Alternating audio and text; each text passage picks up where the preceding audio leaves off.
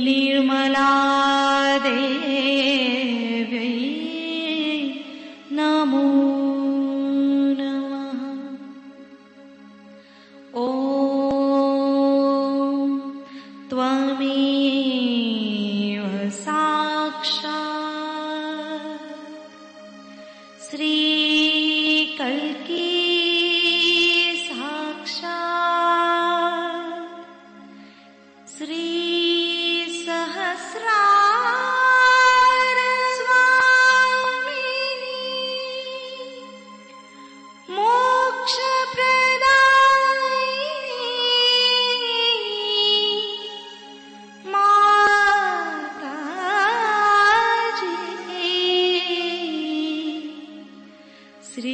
निर्मला देव्यै नमो नमः।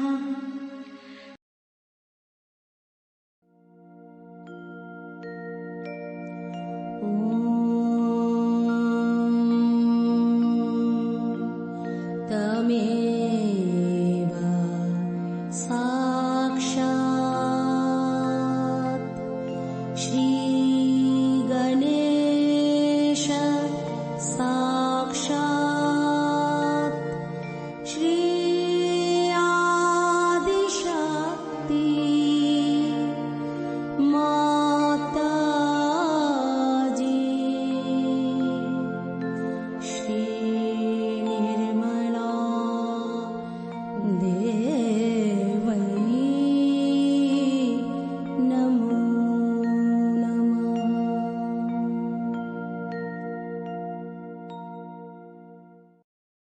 जय शो माता जी। दोनों हाथ माँ के सामने, हृदय में शो माता जी की छवि को स्थिर करते हुए, परम पूजनीय शो माता जी हम सभी के हृदय को और पावन कीजिए। शो माता जी की छवि को बीचों बीच हृदय में स्थिर करते हुए बार बार प्रार्थना, परम पूजनीय शो माता जी हम सभी के हृदय को और पावन कीजिए।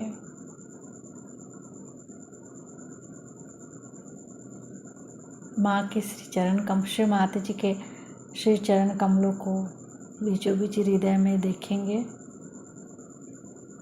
परम पूजनीय शो माता जी हम सभी के हृदय में श्री जगदम्बा स्वरूप में संपूर्ण शक्तियों के साथ अपने श्री चरण कमल लेकर आइए।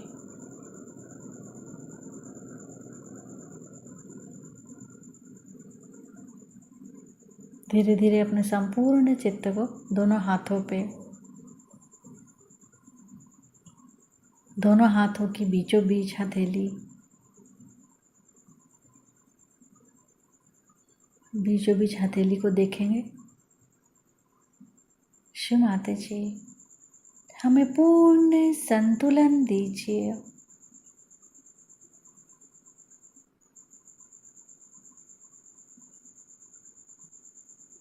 धीरे धीरे अपने संपूर्ण चित्त को अपने पिंगला नाड़ी पे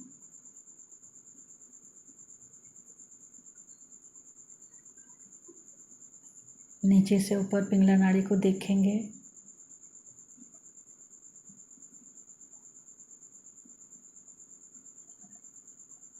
शो माता जी आप ही तो श्री महासरस्वती भी हैं। हमारे पिंगला नाड़ी में इनकी शक्ति को पूर्ण जागृत कीजिए।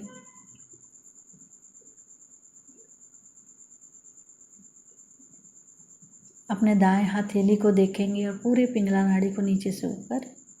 शो माता जी आप ही करता है, आप ही करविता है। कृपा करके हमारे अंदर से समस्त कर्ता भाव समाप्त कीजिए। राइट स्वादिष्ठान पर चित्त रखेंगे।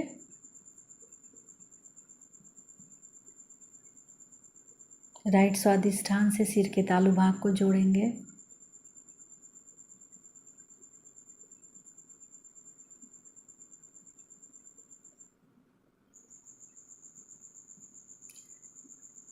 राइट नाभि को सिर के तालु भाग से जोड़ेंगे।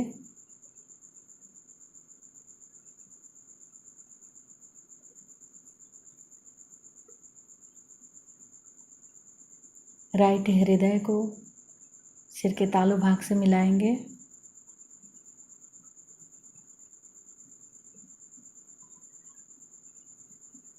राइट विशुद्धि को सिर के तालु भाग से मिलाएंगे।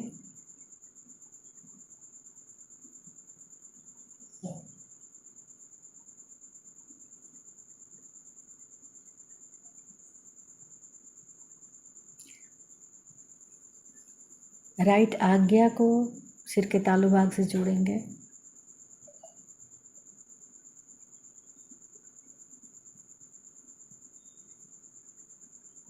फिर से पूरी पिंगला नाड़ी को नीचे से ऊपर चित ले जाते हुए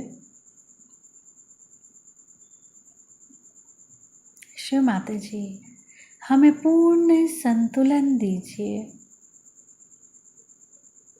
चित्त को सिर के तालु भाग पर स्थिर करते हुए श्री निर्विचारिता मंत्र ओम त्वमेव साक्षात् श्री निर्विचारिता साक्षात् श्री आदि शक्ति माता जी श्री निर्मला देव्यै नमो नमः।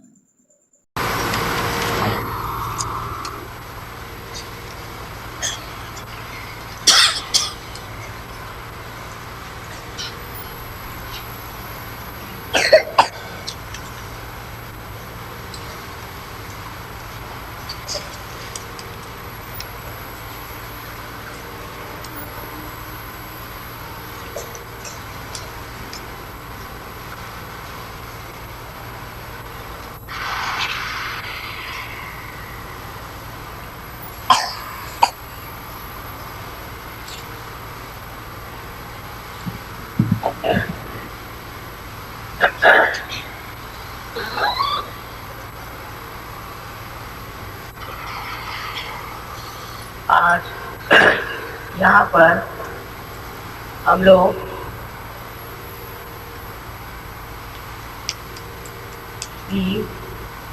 शिव जी की पूजा करने के लिए एकत्रित हुए हैं।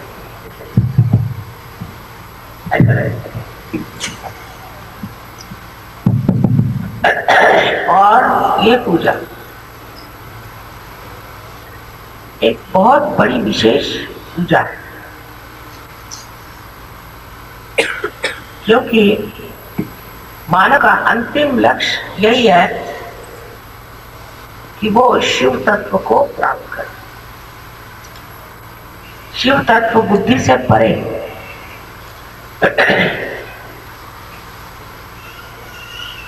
उसको बुद्धि से नहीं जाना जा सकता। जब तक आप आत्म साक्षात्कारी नहीं होते, जब तक आपने अपने आत्मा को पहचाना नहीं, अपने को जाना नहीं, आप शिव तत्व को जान नहीं सकते। शिव जी के नाम पर बहुत ज्यादा आडंबर, अंधता और अंधश्रद्धा फैली हुई। किंतु जो मनुष्य आत्म साक्षात्कारी नहीं, वो शिव जी को समझ ही नहीं सकता, क्योंकि उनकी प्रकृति इस प्रकार की है कि वो समझने के लिए सबसे पहले मनुष्य को उस स्थिति में पहुंचना चाहिए जहां पर सारे ही उदात्त, सारे ही महान तत्व अपने आप विराजित है।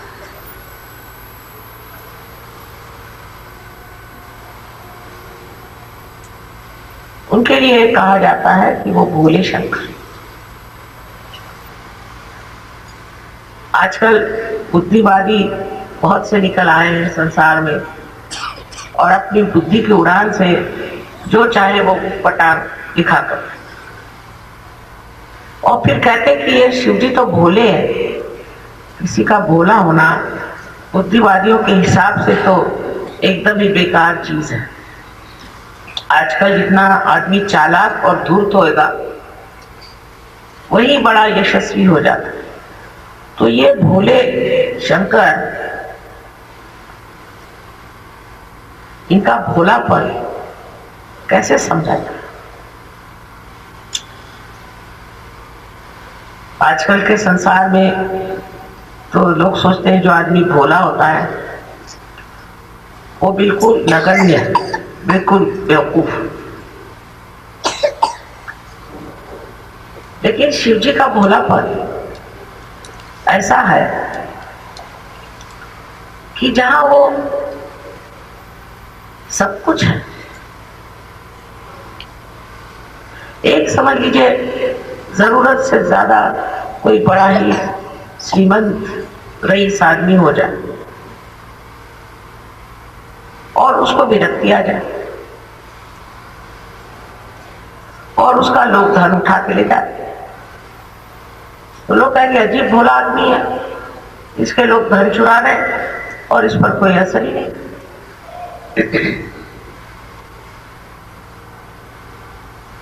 लेकिन जब वो विरक्ति आ गई तो उस धन का उसको जब महात्म्य ही नहीं रहा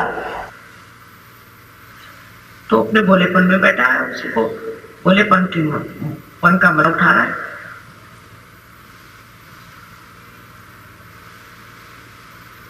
जब सब चीजें अपने आप हो ही रही है, सब जब कार्यान्वित ही है,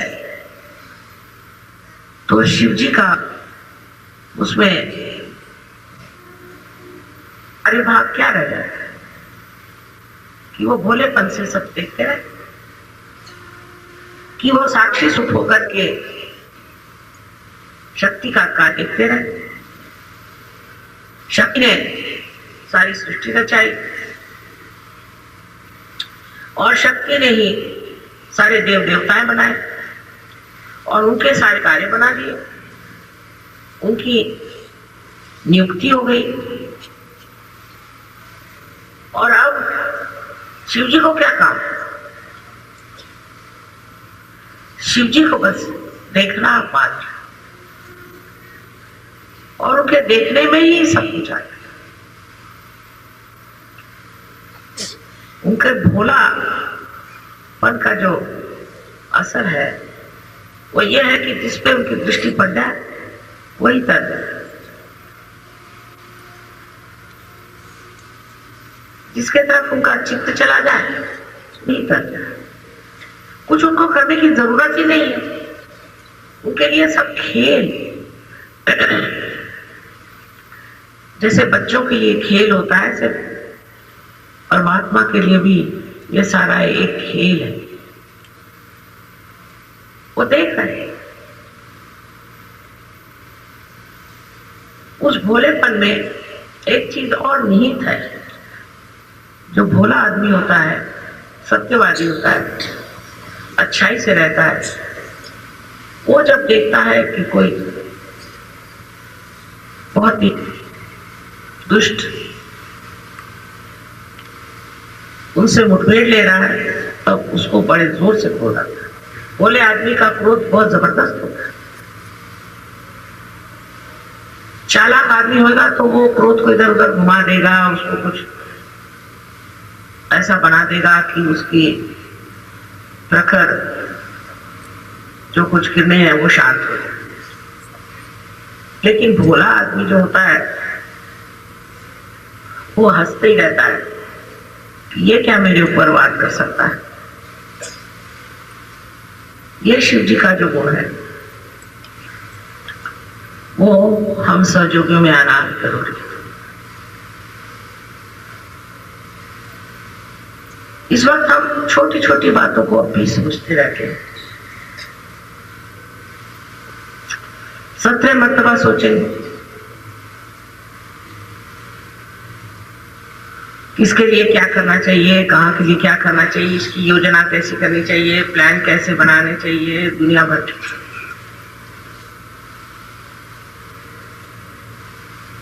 जैसे शिव जी ने शक्ति पर सब छोड़ दिया है, आप लोग भी सब कुछ शक्ति पर छोड़ सकते हैं, लेकिन वो भी फिर एक स्थिति आनी चाहिए, वो भोलापन आपके अंदर आना चाहिए। इस भोलेपन का मतलब यह है कि किसी तरह की नेगेटिविटी आपके अंदर आ ही नहीं सकती। इसीलिए आप बोले हैं कोई चीज आपको छू ही नहीं सकती, तो आप बोले बेकार में परेशान क्यों है? सांप लौट रहा है तो सांप को लौटते, जहर पीना तो जहर पी ले। होना क्या है? जो बिल्कुल विशुद्ध है, इसमें कोई भी चीज का असर ही नहीं आ सकता, जो समर्थ है, इसकी शक्तियां स्वयं ही उसकी रक्षा करें, उसका प्रभाव क्या करें क्या न करें।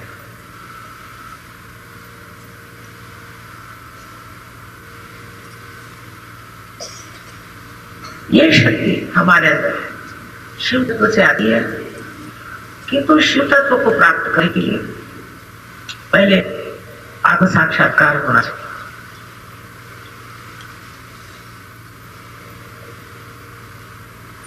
कुंडलिनी जो है वो शक्ति है,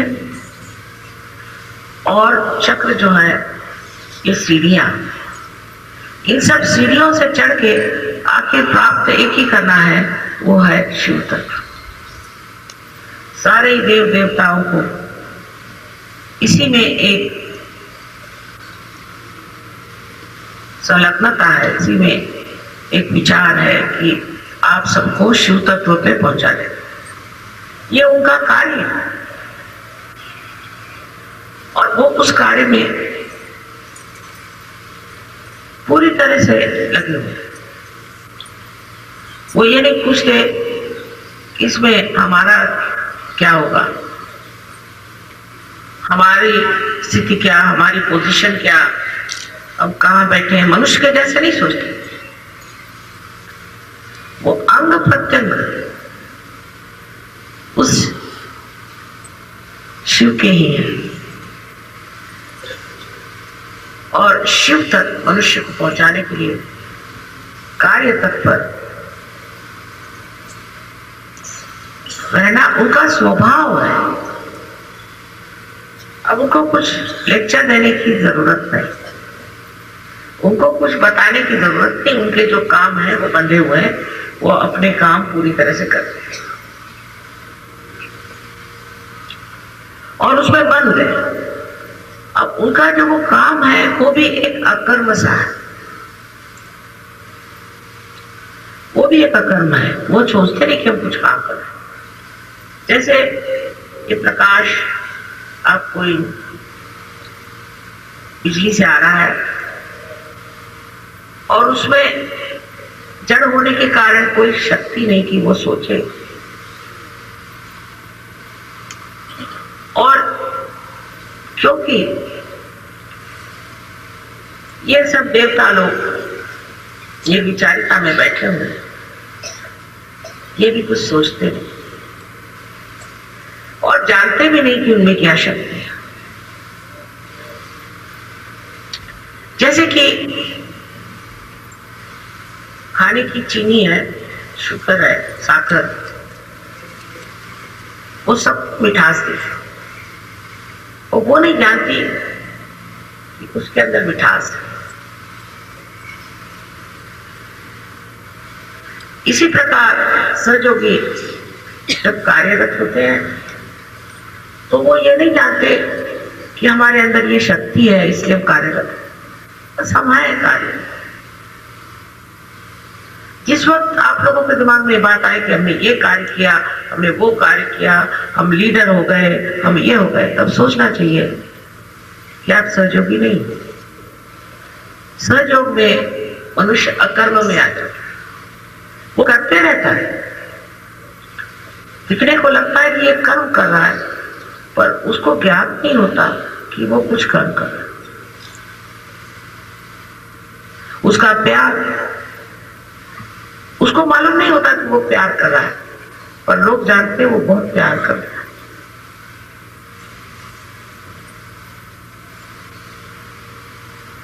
इस प्रकार हमें समझ लेना चाहिए कि आत्म साक्षात्कार क्या। एक है आप स्वयं जो है सो, और आप अपने को शीशे में देख रहे हैं, वो आपका प्रतिबिंब है। आप हैं और आप शीशे में देख रहे हैं, वो एक प्रतिबिंब है। और उस प्रतिबिंब को देखने की जो क्रिया है, देखना मात्र जो है, एक इसी चीज है। इस पर आप 3 दायरे में घूम रहे हैं। एक तो आप देखने वाले, एक जो आपको दिखाई दे रहा है, और जो देखने के लिए। ये तीनों ही चीज खत्म हो सकती। कैसे? इधर आप ही शीशा बने, आप ही अपना आईना बन गए।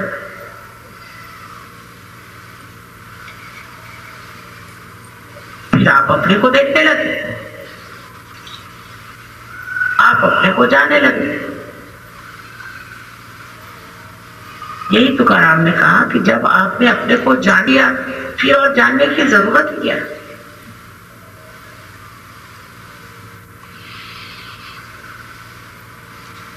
तब ये 3 दायरे टूट करके आप स्वयं में स्थिर हो गए।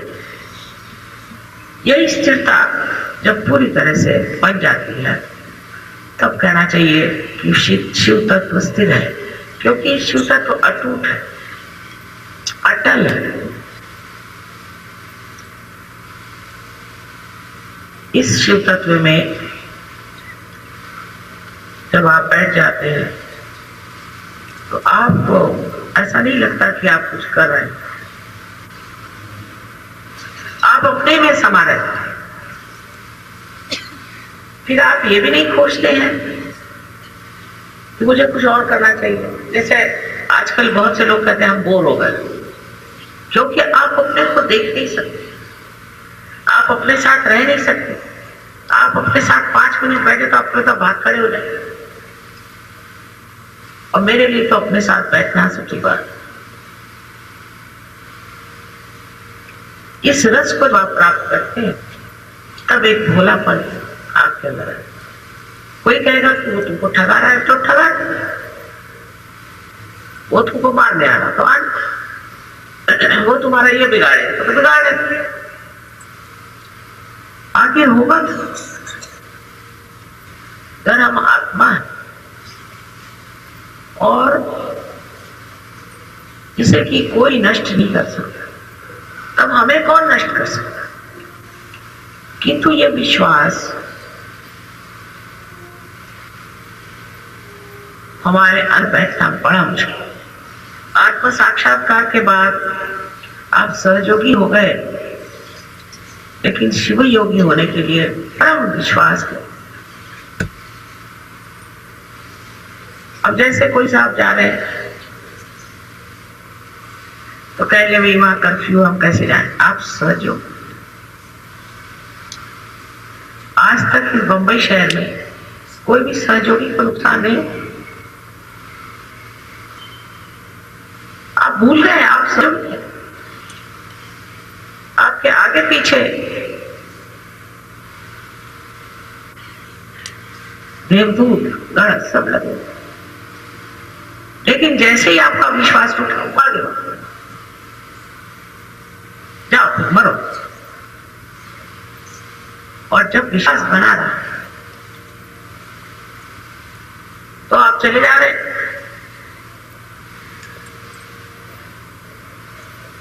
किसी को आप दिखाई भी नहीं देंगे, और जिनको दिखाई देंगे कोई पार हो जाए।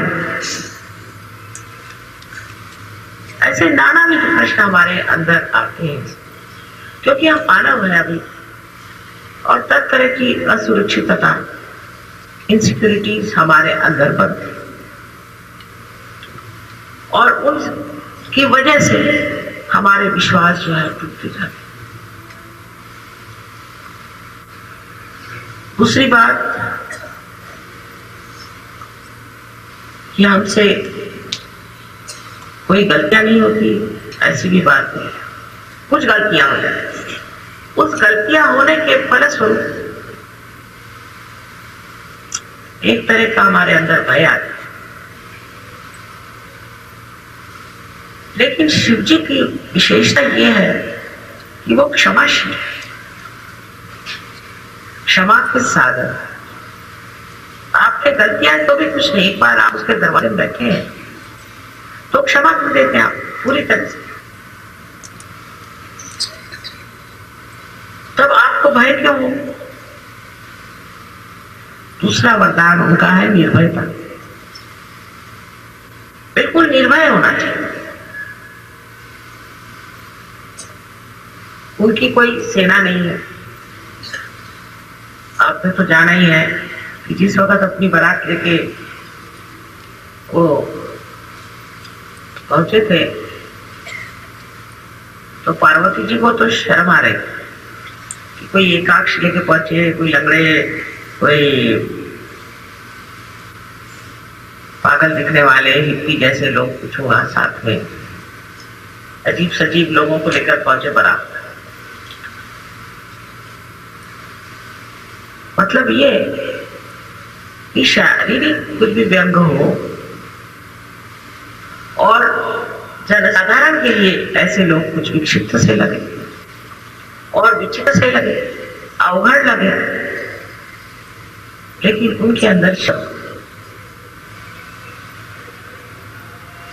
इसीलिए शिव के कोई भी प्रावधान की जरूरत नहीं।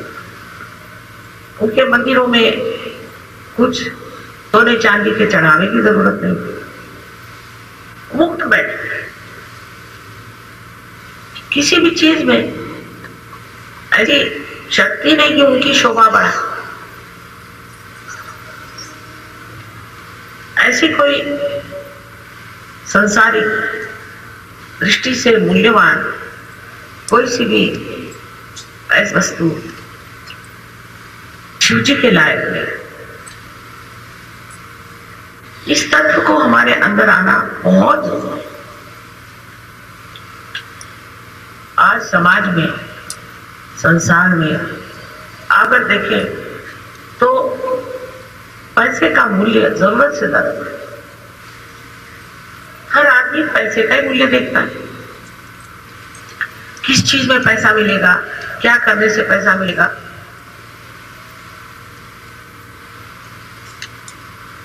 और पैसे के मूल्य पे सभी चीज वो बेचने को तैयार है। पैसे तो नष्ट भी हो सकते हैं, दुष्ट कर्म में भी डाल सकते हैं, बच्चों को बिगाड़ सकते हैं, इसके इतने दुष्परिणाम। लेकिन शिव तत्व में बैठा हो मनुष्य, उसको किसी चीज की इच्छा नहीं, निरीक्ष, क्योंकि वो आत्मन्य आत्मनिष्ठ, अपनी आत्मा से ही वो अपने उसकी आत्मनिष्ठ है। वो कहीं आप सुला दीजिए, शरीर के कोई उसको चिंता नहीं हो, शरीर के आराम को उसको चिंता नहीं हो, कहीं भी सुला दीजिए उसको, कुछ भी खाने को दे दीजिए, नहीं तो मत दीजिए। और फिर जब ये दशा आ जाती है तो वो सभी चीजों पर अधिकार करते। जैसे आपने ऐसे आदमी खाने को नहीं दिया, भूखा रखा, लेकिन वो एक नजर खिला दे तो हजारों आदमियों को खाना दे सकते। उनको शरीर को कोई आराम नहीं है, सोने के लिए उनके लिए पहाड़ पे उनको सुला दिया, लेकिन उनकी नजर दाता जिस पे पड़ जाए वो नजर दान से पड़। अब ये कौन सी शक्ति है जिससे वो सबका कल्याण करते हैं? वो है परम चैतन्य, और उसका जो स्पंदन है जिसे कि शंकराचार्य ने स्पंद कहा। इस स्पंद की शक्ति उनके शरीर से बहती रहती है और जिस आदमी को वो छू जाती है उसी का कान हो जाता है। जिस भूमि पे वो पड़ जाती है वो भूमि बहुत ज्यादा फल फूल देने वाली बन सकती है। स्त्री पे पड़ जाएगी वो बड़ी सुबुद्धि वाली और बहुत यशदायी स्त्री हो सकती है। जिस पर भी पड़ जाए उसका भला ही हो सकता है। स्पंद ऐसी चीज है कि जिससे अच्छा ही आ सकता है, बुराई नहीं। कोई आदमी आपको मारने पाए उसका परिवर्तन हो सकता है। कोई आपको सताने आए उसको सुबुद्धि आ सकती है। एक तरह की जो परिवर्तन की शक्ति इस स्पंद में है, ये बड़ी हमारे लिए समझने की बात है। इसलिए हर आदमी को आपको क्षमा कर देना चाहिए। आप क्यों उसका बदला ले रहे हैं? कोई जरूरत नहीं। आप सही हैं, ये स्पंद पे छोड़ दीजिए, इस वाइब्रेशंस पे छोड़ दीजिए। ये सब समझते हैं, सोचते हैं, सब कुछ पूरी तरह से ऑर्गेनाइज कर। इस शक्ति को आपने प्राप्त किया, यह आप में से अव्याहत बह रही। इस शक्ति को आपने आजमाया, देखा कि इससे कितना फायदा होगा। अब जो लोग बुद्धि से इसको जानना चाहे वो नहीं जान सकते, लेकिन आपने अनेक चमत्कार देखे और ये कितनी प्रचंड शक्ति, कितनी ऊंची शक्ति है, कितनी बड़ी शक्ति है जो कार्यान्वित है और आपको मदद करे और आप इसके अधिकार को प्राप्त हो रहे। उस वक्त हमें यही सोचना चाहिए कि अगर शिवतत्व होने से ही हमें हर एक चीज पर, पूरे पर्यावरण पे आपका शिवतत्व चल सकता है। आजकल पर्यावरण का बड़ा भारी संकट संसार पे छाया है। जितने सहयोगी होंगे उतना पर्यावरण शुद्ध है, अपने आप शुद्ध हो जाए। इसके अधिकार पथ पे आने के लिए सब पहले हमें ये कर लेना चाहिए कि अब हम मानव स्थिति में ही, हम अब दैवी स्थिति में आ गए। तो मानव स्थिति की जो हमारे अंदर गलतियां हैं, जो खींच है, उससे हमें छुट्टी मिलनी चाहिए। ये मानव स्थिति हमें खींचती है नीचे, बस मानव स्थिति हमें खींचती है और बार बार हमारे ऊपर आक्रमण करता। ऐसे ही हम जड़ से पैदा हुए। पहले तो आत्मा का था, इस जड़ से ही रहा और अब भी यह जड़ता बीच में खींचा।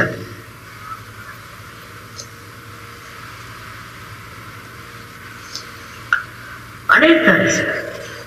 इसीलिए पहले जमाने में उन्होंने बनाया था कि उपवास करो, फिर जमीन पे सो, फिर संन्यास लो और परिवार छोड़ के भाग कर जाओ, हिमालय में रहो और मर जाओ क्योंकि किसी को कुछ खा नहीं खा रहे। पर सोचते थे लोग कि इस तरह के एक जन्मों में तपस्या करने से अंत में आत्म साक्षात्कार होगा। लेकिन आज का सहयोग ऐसा है जहां आप पहले अपने आत्म साक्षात्कार प्राप्त करें। मराठी में आदि कलश मरुपाया कि मंदिर का कलश बनाओ और फिर उसके फाउंडेशन को बनाए, क्योंकि अगर बहुत लोगों को कराना है और जिसकी जरूरत है, यही तरीका हमने ठीक समझा। और हिमालय में जाए बगैर, अपने शरीर में रहे पर छोड़े बगैर, कुछ ऐसी आंख उठाए बगैर ही आप लोगों ने आप साक्षात्कार को प्राप्त किया।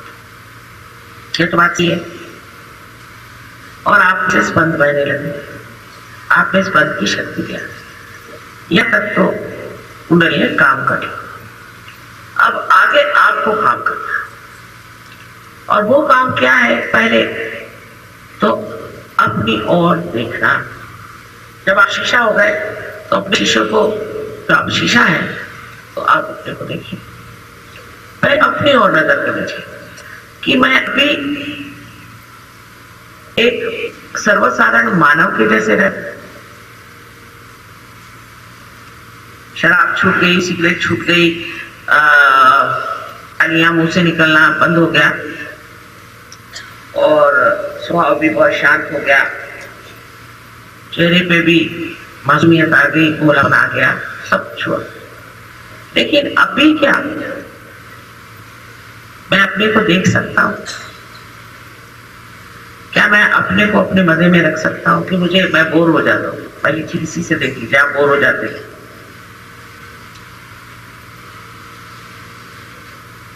क्या मैं अपने में मदद पाता हूं? मैं अपने ही से आनंद प्राप्त कर सकता हूं? और क्यों नहीं कर सकता? इस पर आप बुद्धि से विचार कर सकते। क्या है? मैं अभी इस चीज में अटका हूं, मैं अभी उस चीज में अटका हूं, मैं अभी उस चीज में अटका हूं, और जिन चीजों में आप अटके उसमें अटकते जा रहे। अगर आप भोले हो तो अटके ही ना, कोई चीज आपको अटका ही नहीं सकती।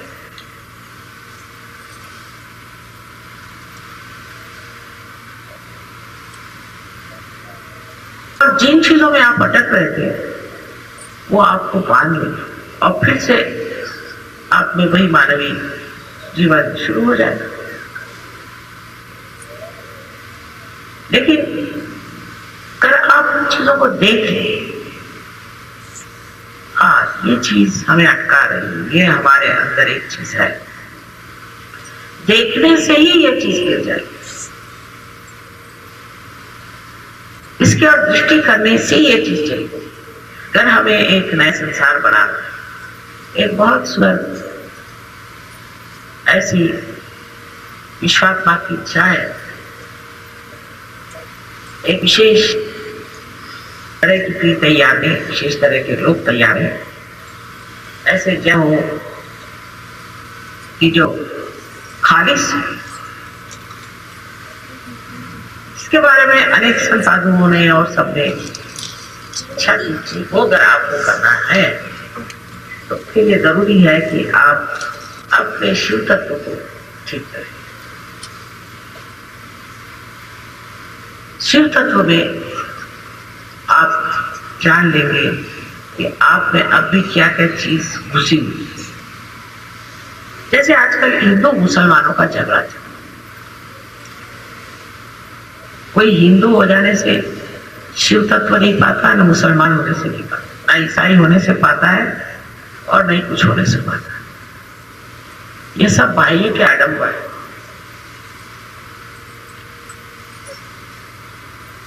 लेकिन जब आपके शिव तत्व प्राप्त होता है तो आप श्री राम को भी मानते हैं और आप मोहम्मद साहब को भी मानते हैं।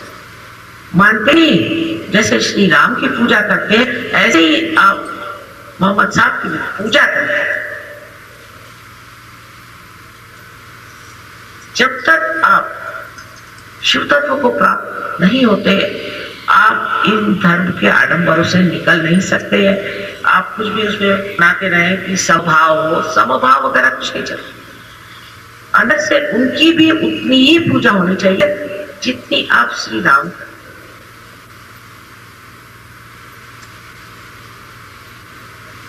जो रहीम है वही शिव, और जो रहमान है और जो अकबर है वही विष्णु। तब फिर ये अंदर की जो भावनाएं हैं ये ऐसी विकसित हो जाएंगी कि आपके अंदर से धर्म का सुगंध बहेगा, न कि वैमनस्य। पर ये चीज घटित होने के लिए मुझे तो सहयोग के सिवा कोई मार्ग दिखाई नहीं। जब तक सहयोग नहीं होगा तब तक लोग ऐसी पूजा करेंगे। क्या मुसलमान राम की पूजा करेंगे और क्या हिंदू मोहम्मद साहब की पूजा करेंगे? हम लोग तो करते हैं, मोहम्मद साहब की भी, अली की भी, फराबी की, बुद्ध की, महावीर की पूजा कर, क्योंकि ये सब पूजनीय है। हम कौन होते हैं किसी को बड़ा छोटा करने वाले? पर जब शिव तत्व के सागर में आप खुल जाते हैं तब आपको पता होता है कि ये सब शिव तत्व के ही अंग प्रत्यय है और ये सब अपने ही है, हमारे ही अंदर है। जब तक इस तरह से धारणा हमारे अंदर नहीं होती, हाँ हो सकता है कि सहयोग का कार्य कुछ कम तेजी से चले और वैमनस्य से बहुत जल्दी चल सकता है, लेकिन सहयोग ठोस चीज, असली चीज है। और ये जो बाह्य की चीजें हैं ये थोड़ी देर के लिए आई गई, खत्म हुई, मारा पीटी हुई, सब कुछ। आश्चर्य की बात यह है कि प्रदेश में सहयोग इतने जोर से फैल रहा है, ये गहनता से भरा है, बड़े गहन लोग, बहुत ही गहन। रोज ध्यान करना, रोज अपने और नजर करना, बहुत ही गहन लोग हैं। इन लोगों से हमें सीखना चाहिए। आखिर इन्होंने तो कभी शिव जी का नाम भी नहीं सुना। ईसा मसीह के सिवाय इन्होंने शिव जी का नाम भी नहीं सुना, ये तो जानते भी नहीं थे। फिर ये इतनी गहनता में कैसे उतरे?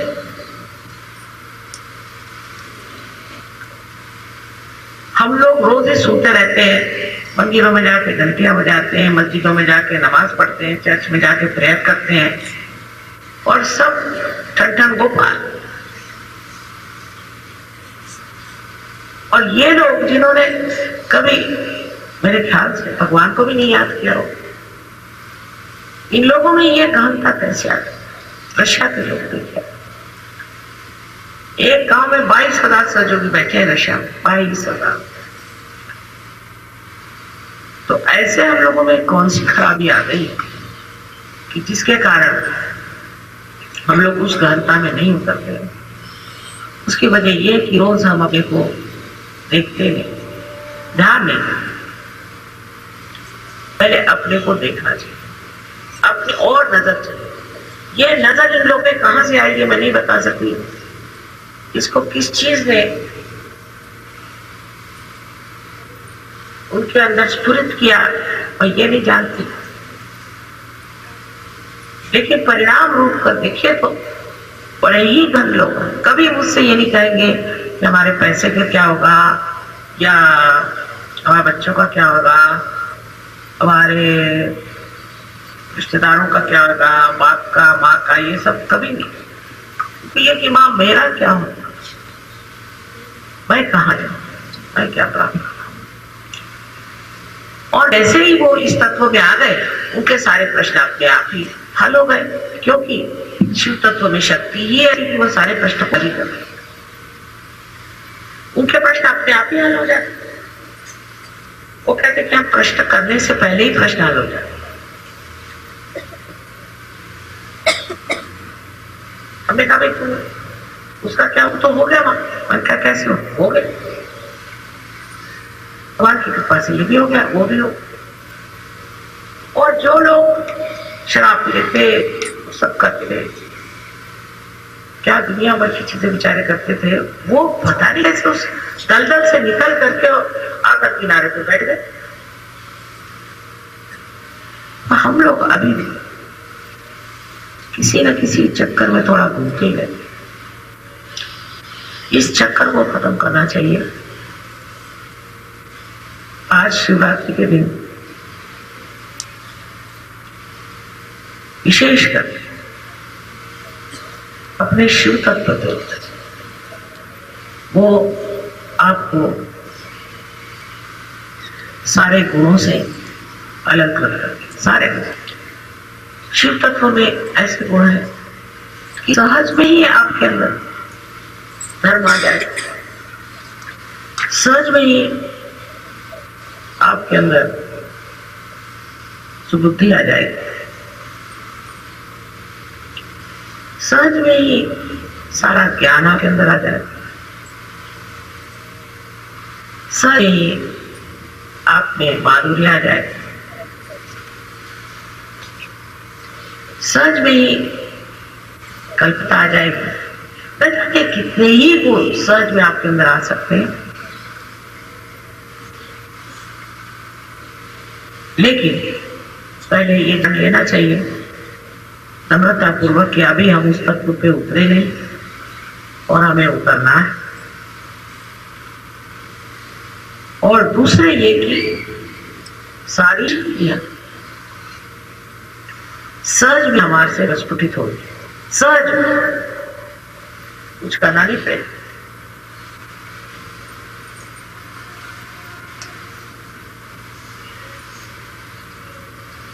इस तरह से हमें अपनी ओर देखना चाहिए।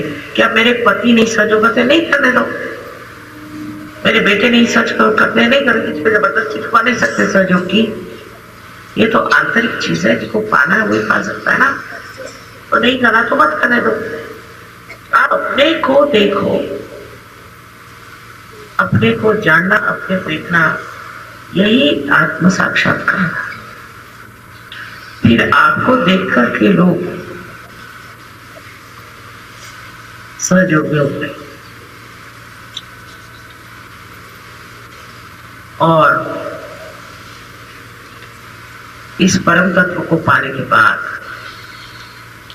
आप लोग कितने शक्तिशाली हो जाएंगे कि न जाने कितने लोगों को आप परिवर्तित कर दें, ये संसार बदल दें। ये संसार बदलने की नहीं। मैं कहती हूँ, कोई कहेगा कि डेमोक्रेसी हुई तो डेमोक्रेसी की ये खराबी है। खराबी डेमोक्रेसी की नहीं, वो खराबी इंसान की है। इसको इब्राहिम लिंकन ने सोचा कि सभी शिव तत्वों पे बैठे, कोई सी भी चीज आप ले आओ वो खराब होनी ही नहीं, उसमें बिगाड़ आना ही हुआ, क्योंकि उसमें बिगड़ने के तत्व है। जैसे हम लोग अचार बनाते हैं ना घर में, तो बहुत उसको सफाई करके धोकर सुखा करके ऐसा बनाते, उसमें कोई कीड़ा मकोड़ा कुछ नहीं रह जाए, कोई ऐसी चीज नहीं रह जाए जैसे अटक खराब। वैसे ही हमारा, ऐसे लोग हैं ना। कोई सा भी आप समाज बनाओ, कोई सी भी आप चीज बनाओ, वो सब का यही होने वाला है, क्योंकि उसके अंदर कीड़े, उसके अंदर दोष है। जब तक मनुष्य के अंदर दोष रहेगा, ये जो भी चीज वो बनते रहेगा उसमें दोष आना ही हुआ।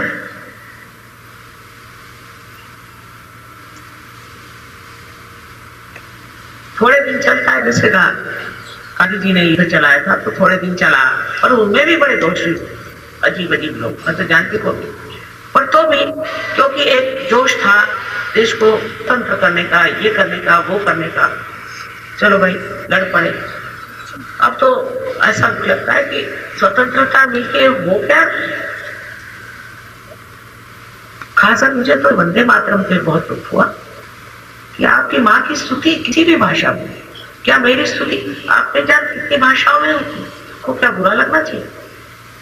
ये वंदे मातरम बड़ा भारी मंत्र है, इसको लेकर के ये देश स्वतंत्र। मेरे पिताजी झंडा लेकर के चले हाईकोर्ट पर, तो गोली मारी, लेकिन खून बहता रहा। वो चढ़ के ऊपर गए और झंडा फहराया। वहां से एक नारा लगा, वंदे मातरम। हम लोग के सबके दिल जो थे, इस तरह की चीजें इस देश में हो रही कि वंदे मातरम।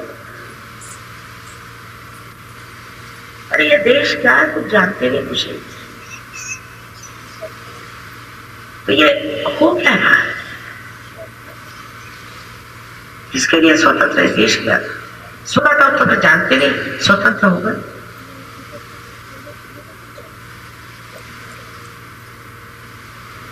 इस तरह से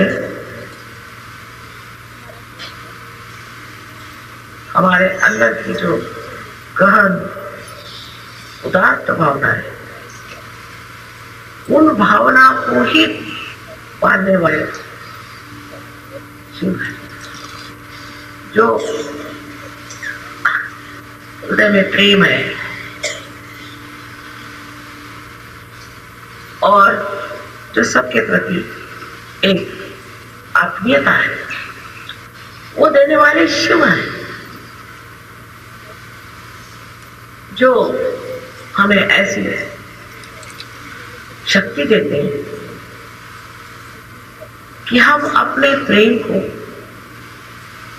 और अपनी आत्मीयता को एक बड़ी आह्लाददायी चीज समझे। एक तरह का आह्लाद, जैसे वंदे मातरम कहते ही जो एक आह्लाद हृदय में उठता है, वो शिव तत्व से। आज शिव जी की स्तुति गाते हुए वही आह्लाद आप लोगों में, आपकी माँ की स्तुति कोई गाता है तो वही आह्लाद, ये शक्ति शिव हमें। इसीलिए आनंददायी उन्हें कहें। आनंद में बहुत सारे अंग हैं। आनंद में जो निरानंद है उसमें सिर्फ आनंद, उसमें बहुत सारी चीजें, आत्मानंद है और अनेक तरह के उसमें आनंद, आह्लाद। लेकिन आह्लाद जो है ये हमारे भावना से जुटा, भावनाओं से, भावना में उभरता है। जो भावनाएं हमारे अंदर बंधी हुई है, जैसे कि एक फूल से उसका सुगंध मुखरित होता है, उसी प्रकार हमारे हृदय में जो भावनाएं हैं किसी चीज के प्रति अत्यंत अच्छी, उदार, प्रेममय, सुंदर ऐसी भावनाएं हैं, शुद्ध भावनाएं हैं, उस भावना का जो सुगंध है वही आह्लाद, जिससे हम उस आह्लाद में आनंद में और फिर किसी चीज की जरूरत नहीं। इसको उभारने वाले, इसको जतन से रखने वाले और उचित समय पर इसका अनुभव देने वाले ये चिड़ी ही है, क्योंकि यह स्पंद के माध्यम से हमें दे। अभी भी किसी भी बड़े संत साधुओं का नाम लो, सारे बदन पे जैसे कांटे खड़े हो जाते हैं, शहर से आ जाते हैं, एकदम से स्पंद ये वाइब्रेशंस तुरंत बहना शुरू। किसी का भी नाम लो। अब ये इन बुद्धिवादियों को क्या समझाए, तो आगे बढ़े हैं और जो कुछ बचा वो घोड़े। इनके खोपड़े में कोई चीज घुसा नहीं सकते, घुसाने की कोशिश मत करो। आपको चाहिए कि आप अपना ही जीवन इतना सुंदर बनाइए, ऐसा समाज बनाइए कि ये पीछे रहे और ये देखे कि ये समाज क्या है। इन अपने बुद्धि चातुर्य से इन्होंने लोगों को अपने अंदर फंस गया। कितने भी लोगों को फंसा रहे, में भी झगड़े वगड़े चलते रहते हैं, इधर से भागना उधर से उधर आना, कोई इधर गया कोई उधर गया। लेकिन आपका अगर समाज ऐसा बने जो आज बना हुआ है, आपस में हमारे कोई झगड़े नहीं, ऊंच नीच नहीं, कुछ नहीं, अल्लाह की बात। अभी एक साहब बता रहे थे कि दिल्ली में कोई सहयोगी मिल गए तो वो बहुत बीमार, तो उनके प्रक्रिया में कोई नहीं आया, उनके रिश्तेदार नहीं आए, सब सहयोगियों ने अपनी तरफ से किया। एक चीज कहीं हो जाती है तो दुनिया भर से लोग उससे दौड़ने लग जाते हैं उसकी मदद के लिए। कोई ये नहीं सोचता कि ये मेरा रिश्तेदार है कि नहीं है। इससे निर्वाज निर्वाज्य प्रेम है। इसलिए कि सहयोगी हम भी सहयोगी, बस हमारी एक माँ है, सब एक साथ एक दूसरों को मदद करने के लिए, एक दूसरों को संभालने के लिए, संभालने के लिए आपको जो उद्यत करते हैं, उधर आपको मोड़ते हैं, आपको खींचते हैं, वो शिव तत्व। चिंता ही लगी रहती तो सहयोगी ठीक नहीं, चिंता लगी। ये जो चिंता है इसमें कोई लेन देन की बात नहीं है, कुछ उसमें लाभ सोचा नहीं जाता, बस ये कि उसको तकलीफ है।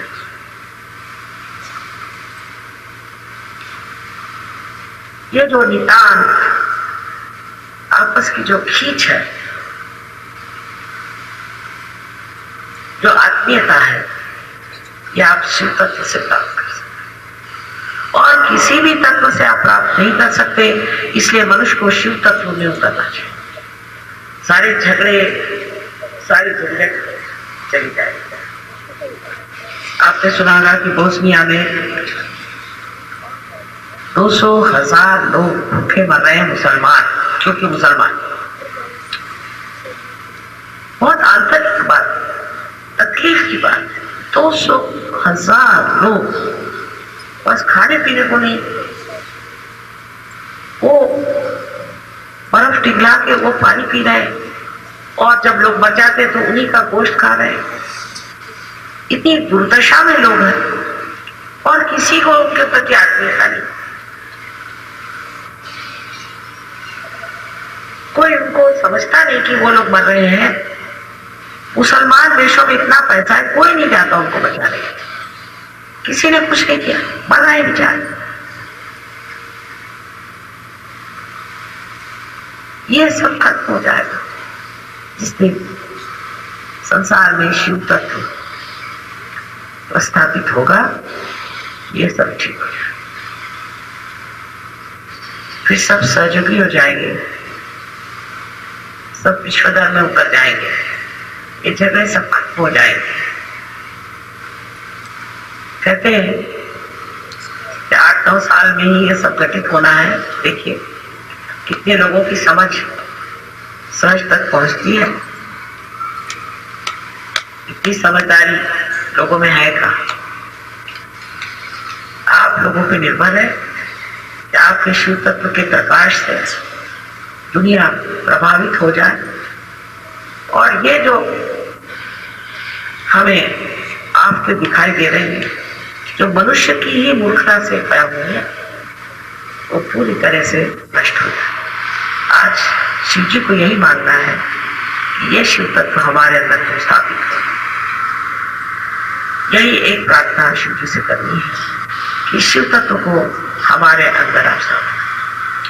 बहुत लोग पैसा कमा लेते हैं, बहुत लोग बड़ी बड़ी पोजीशन में चले जाते हैं, बड़े बड़े उनको किताब मिलते हैं, सब कुछ होता है, ये तो मिलते ही रहता है। लेकिन आज का जो आंदोलन है, आज की जो क्रांति है, वो क्रांति मनुष्य के परिवर्तन की और सारे संसार को ठीक करने वाली है। और उसके लिए कोई त्याग नहीं करने का कि मैंने ये त्याग किया, मैंने वो त्याग किया, या अपने आप छूट गया। जब सब कुछ छूट गया तब फिर परेशानी किसकी? इस शिव तत्व में आप सब लोग उतरे, ऐसा ही हमारा आशीर्वाद।